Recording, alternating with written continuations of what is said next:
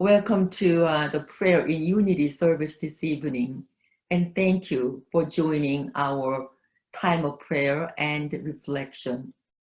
I'm Youngsook Charlene Kang, a United Methodist minister and a leadership coach. The Prayer in Unity services are brought to you by the Multifaith clergy and forum in the Denver area, Colorado. And then they are held on Tuesday evenings. We are faith leaders across Colorado, and we strive to build a deep and meaningful coalition among us, although we are from different traditions, to envision a multi-faith community that shares our life and takes common actions of justice and peace. We are holding this prayer service from different traditions, and this evening I am leading from the tradition of the United Methodist Church. We are living in one of the most difficult times in our modern history. This is a time of unprecedented anxiety and stress and fear. This is a new reality. The loss of the lives around the globe is beyond comprehension. In such a time as this, it is with utmost humbleness and humility that we as faith leaders come together and stand side by side to bring a message of hope to the world. John Wesley, the founder of the Methodist Church, shared his prayer of hope as follows: "Give to the winds thy fears, hope and be undismayed. God hears thy sighs and counts thy tears. God shall lift up thy head." This prayer of hope was written in the 18th century. Our God, who heard the prayers of people in the 1700s, certainly continues to hear the prayers of the present day. So this evening, we once again turn to God with resilient hope. As we do, I would like to begin with Psalm 137. Psalm 137 is a prayer of sustainable hope. So please join me in reading Psalm 137, 1 through 4. By the rivers of Babylon, there we sat down and there we wept. When we remembered Zion, on the willows there we hung up our harps. For there our captors asked us for songs, and our tormentors asked for mirth, saying, "Sing us one of the songs of Zion." How could we sing the Lord's song in a foreign land?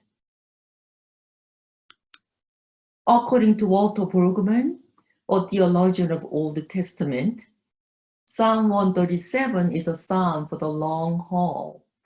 He states, quote, "This psalm is the voice of those who have learned with anguish that things would not immediately be made right. But at the same time, they know that hope for change can be sustained for the long terms." The end of quote. I think our current circumstances are very similar to the one found in Psalm 137. We are being pushed to live in a strange land. We feel like we are sitting by the rivers of Babylon and crying out with anguish. We have not been here before. We have not experienced this before. We want to go back to where we were, but we don't know we can do that. We know it's not possible. And we know this pandemic has changed everything that we know of and will change the way that we are going to live, the way that we work, and the way that we relate to one another. So we ask questions.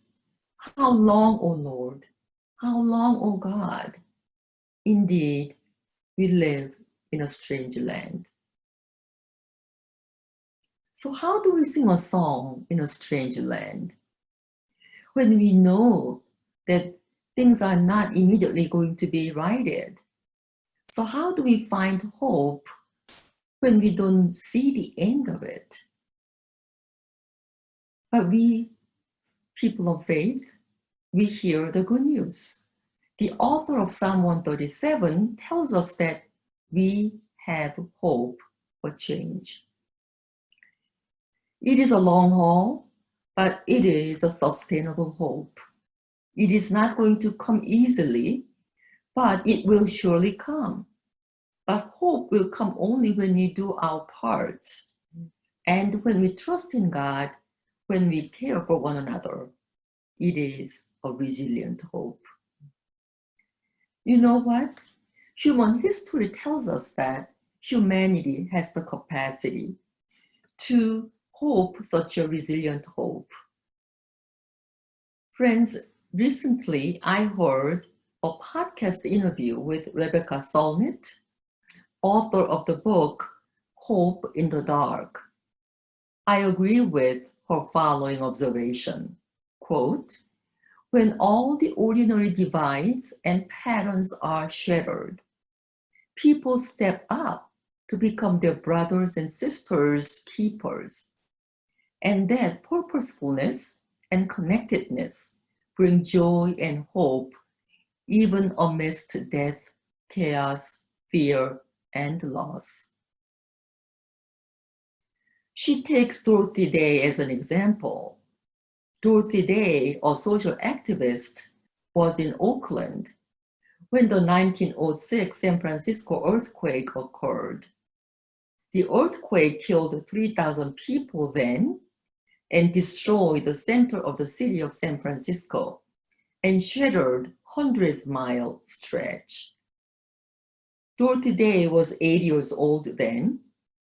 She watched the people fall apart. But in the disaster, there was also a falling together. Throughout the time of disaster, people loved one another and then cared for each other.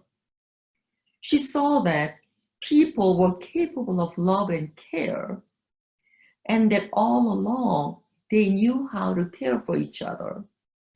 So her question was, why can't we live together like this all the time? The earthquake became a spiritual awakening for her and a template for what she pursued in her life. Likewise, I hope and trust this pandemic is going to be a spiritual awakening for us as well. We are falling together, but also rising together. We can rise up together with sustainable hope. We rise up together with love and care for one another. Rebecca Solnit also says, hope is coming to terms with the fact that we don't know what will happen next. Hope is tough. Hope is tough. We don't know what future will bring, but when we get to the other side of the river, we will sing a new song in a new land. Until then, we continue to share our prayers, stories, and hopes and questions just like this. The stories and conversations and questions that we share during this pandemic are all part of our history making. I would call it hope making. Together we fall, together we rise, together we make hope, together we make the future. So this evening, I pray with a prayerful heart for the community, for the nation, and for the world. Our source of life, let our prayer from our hearts be acceptable to you and in your sight. Amen.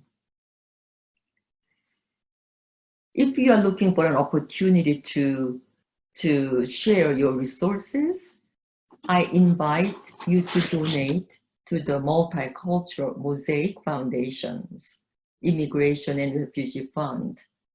Their website is mosaic, MOSAIC foundation.org. Please give generously. My friends, again, thank you for joining us this evening. Have a good evening and stay well. God bless you.